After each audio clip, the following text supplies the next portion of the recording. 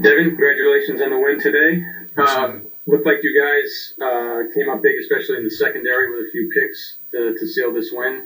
Just overall, your thoughts on how you guys played on that side of the ball today? I would say just trying to get it going. It was the first for everybody out there. With no preseason, it was a chance to just get out there, and I thought we did some things really well. And like always, first game of the year, we have things we need to work on. But I think we said it all. Training camp, just love the way our group competes, goes out there. This is a good group we played today. With Williams and Parker, then Jakeem Grant and Jaceki. A lot of weapons. We talked about it all week, and it would come down to just every guy competing. So to see Steph come up with a pick, and then AP, and then JC to end the game, those are things we'll have to do. It was just a grind out win, I think, from both sides of the ball. And I think there's still things we could work on complementing each other with the long drives by the offense and us getting off. Like, those are still things we got to work on. But a good start to go out there and get a win. And just a quick follow-up, if I could. In the running game, the last time we saw you guys back in January, didn't work out so well, but it looked like you guys had more success stopping the run today. What do you think helped in that regard? Oh, yeah. We talked about it. The way you end the season, coming into this new season, we knew our the last game in Tennessee, we knew there'd be some element of that, especially with guys like Jordan Howard who can just run downhill and pound the ball. I thought guys came out ready up front of just taking on that challenge. They had a huge offensive line, and just battling those guys and just trying to make them one-dimensional and take away the running game. But that'll be something we got to do every week, and it won't be easy. We're going to play different kind of offenses. Like next week going to Seattle will look a lot different than what we saw this week with Miami. So we just got to do what we always do, prepare, study, build up confidence as we get ready to go for next week on Sunday. Thanks, Devin. No problem. Next question, Eric Rube. Devin, I was wondering about the energy in the building or lack thereof, just from not having people here. Was it kind of weird for you with some of those moments where you expect the fans to be going nuts and there was just that dead silence? Yeah, it's definitely different, and I think just everything about it. Obviously, there's no fans, but there's like nothing playing in between. I'm sure you guys felt it watching like the TV timeouts with just a blank video board. It was just like nothing the whole game. It kind of felt like back in high school where there's no jumbotron. You just I guess people would be talking during those breaks in the game, but it was definitely a different feel. You kind of got your own energy, and I think it was very unique too. Just you could hear everything going out there on the field. You can hear the trash talking. You could hear communication. It was definitely different, but I thought we adjusted. I think both teams had to kind of get that feel of coming out and seeing what it was going to be like, and then going out there and just trying to play football. And you can feel the energy on, the big plays and the teammates and everybody getting going. But it's just definitely different without, the crowd noise and having the fans in there just supporting us. And then just as a quick follow, does that help you focus more with the silence where there's no other distractions? It's just about the football? No, I wouldn't say like as far as focus, the fans don't really disrupt that. I think once you get out there on the football field, you don't really think about any of that, the noise and stuff. It's just great energy in the stadium. I think that's what you feel as a player when you go out there and there's fans are screaming. You just feel that energy. But it doesn't, for me, it hasn't made me lose focus when we do have fans. And I don't feel like I had more of an edge to lock in, without the fans in there. Next question, Zach Cox, followed by Levin Reed. Hey, Devin, it looked from up here at least like you guys were filtering a lot of different players through that safety group today. How do you feel like everything came together on the back end for you guys, especially with some new guys and Adrian and Kyle getting there? I think the biggest thing was our communication was good, and that's something we have talked about all training camp. You guys who have been around here for a few years, that's something we really haven't had to worry about over the last, call it 7-8 years. We've really had the same guys back there at safety. So that was something I think we've locked in all throughout training camp. We've had good moments and bad moments with that, but it was a good start of getting off and having everybody in there and understanding the communication and not really giving up any easy plays where we just blow it. So I think we have a really good group though. Everybody does things well. Whether it's myself, T. Brooks, AP, Doug, and even you throw Juwan in there in a mix of a hybrid role, who's really I think really starting to understand things. He's played well throughout camp.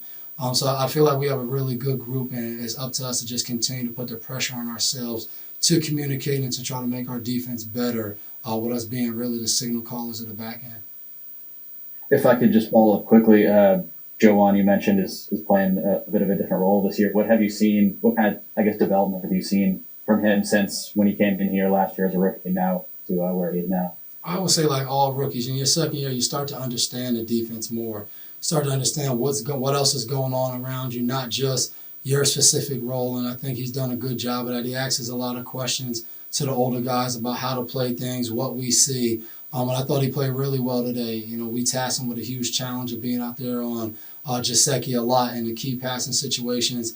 And I think he showed up. A great play on 1/3 down in the game, being locked in on him there. So he's a big physical guy who loves to compete. So we just got to help him in everything that he does out there with playing that new kind of hybrid role. It's up to the veterans to make sure as new things come at us that we can help him out a little bit. But I think he's done a great job so far. Great, thank you. Next question, Levin Reed, followed by Nick Coit.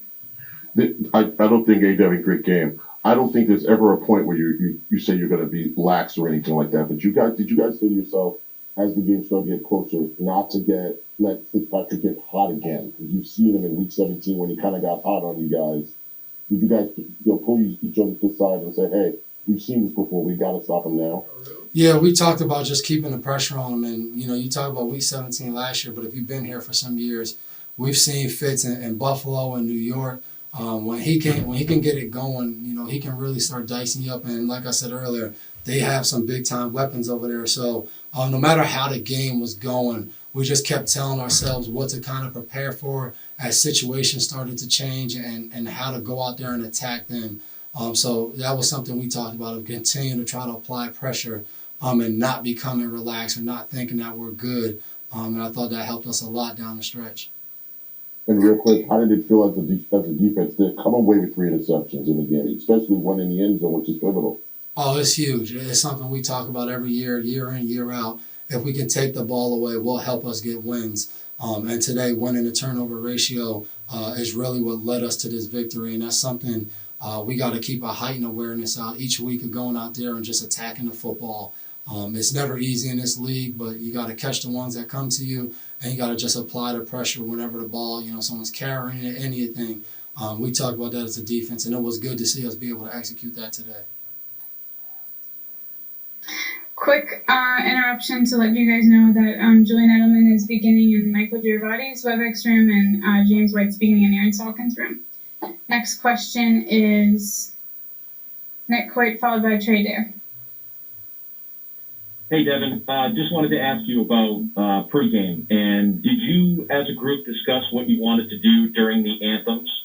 And why did you ultimately decide to line up on the goal line for the first anthem and then be on the sideline for the second? I said it during the week. The anthem wasn't a big deal to us. We, if you follow the Patriots, especially us as players, we've done a ton of work off the field. And I know things have happened in the league. I feel like people are now catching up to what Kaepernick talked about, to what Malcolm Jenkins has been doing, the Players Coalition. But I feel like we've been doing that work, and we really didn't want to fall into trying to do something to keep up with everyone else. We wanted to continue the work we've been doing off the field, continue to meet with grassroots organizations to make a change in the community we're in and overall throughout the country. So that's something we've talked about of locking in and trying to get more people involved in what we've been doing. But for us, the anthem, we just didn't feel like anybody in our community would gain anything about what we did with the anthem. It's all about the work for us. Next question, Trey Dare. Devin, the kind of performance you guys put together today, given all the change you had to deal with in the offseason, it seems like the culture just still stands out. It's still there. Is there anything about the approach or the preparation that maybe was different this time of year? Just what we had to do. I think it was new for every team in the league. of call it the virtual meetings in the spring, then coming in and starting with virtual meetings again before we could get in the building, and all of the COVID stuff we've had to deal with. I think everyone's dealt with that, but I think the culture around here is always control what you can control, and all the other stuff. It is what it is, and I think that quickly became what we talked about. No one complained about having to get tested. No one complained about wearing masks or any of that. We just locked in on what we can control, and that was going out there in training camp each day, trying to get better, trying to lock in on what the coaches have for us. Like, that's what we discussed around here, and I'm sure every team talked about that. And I don't know what every team did, but I would say for us, that's what has helped us prepare to be out there for game one, and we just got to continue to do those things as we go on a really tough challenge next week of going to Seattle.